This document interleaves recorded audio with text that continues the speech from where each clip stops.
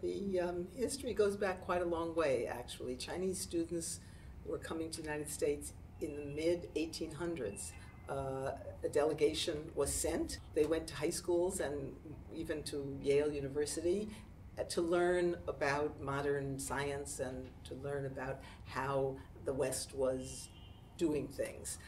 The next sort of big waves of Chinese students were in the early 1900s, and by 1921 our institute recorded over 1,000 Chinese students here in the United States, the largest number of international students at that time, and today, of course, they are still the largest number of international students in the United States. Of the 1 million international students in the United States, over 350,000 of them are from China. The first big wave of students after the Cultural Revolution was, again, in science and technology, but often they were graduate students. About 10 years ago, they were, we were starting to see more undergraduates coming. And many Chinese families were deciding, as they entered the middle class and had more disposable income, that they wanted their young single child, because of the one-child policy, they wanted that one child to have the best education they could have anywhere in the world, and so more and more of them were sending undergraduates to the United States. Now there are more undergraduate Chinese than graduate student Chinese in the United States. We have to look at two different categories of students: the full tuition-paying undergraduates and business school students. They are coming, I think, because they see American higher education as the best in the world.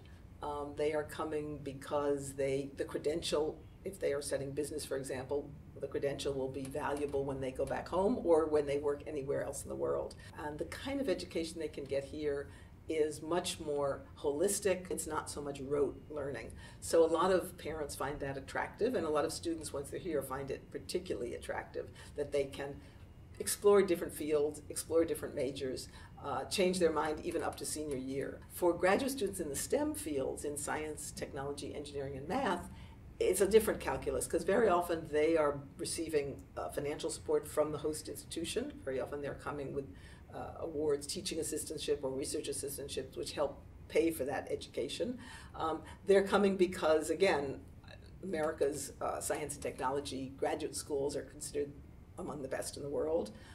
There's a close relationship between academia and industry, so that they're able to get hands-on practical training in the major companies in the United States.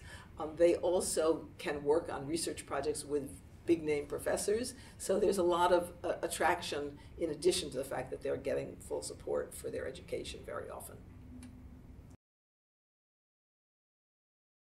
So there's been a lot of coverage in the press about new visa policies for Chinese students. In fact, there have not been actually new policies or laws created. What there has been is increased guidance from Department of Homeland Security and from Consular Affairs in the State Department about how students should be processed, particularly if they are in sensitive fields in science and technology. So the regular processing of student visas is, at least as far as we know, at this point going on unchanged. When I say unchanged, there was a change 4 years ago that now is causing people to feel that we may be going backwards. Up until 4 years ago, Chinese students came to the United States on a one-year multiple entry visa, renewable.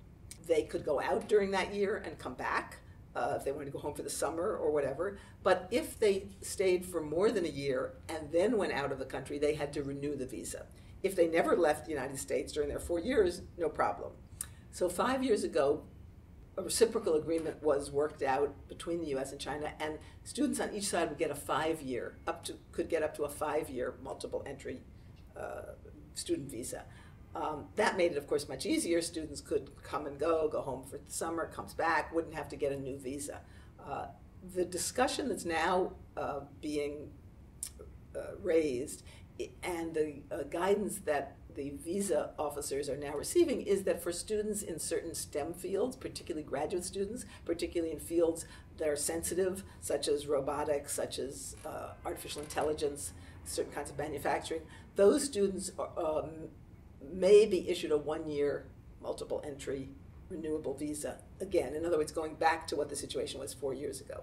There's a lot of concern on US campuses that this may reduce the interest by Chinese students.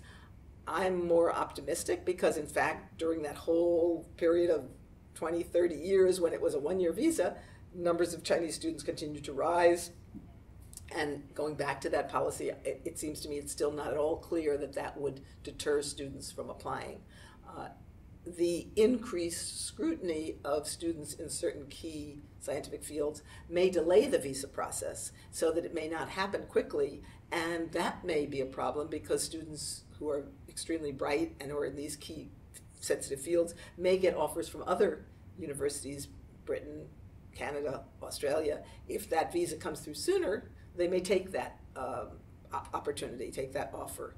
But people are worried about that, and that many universities and higher education associations are making it clear to Congress and to the State Department that Chinese students are an extremely valuable asset to US universities.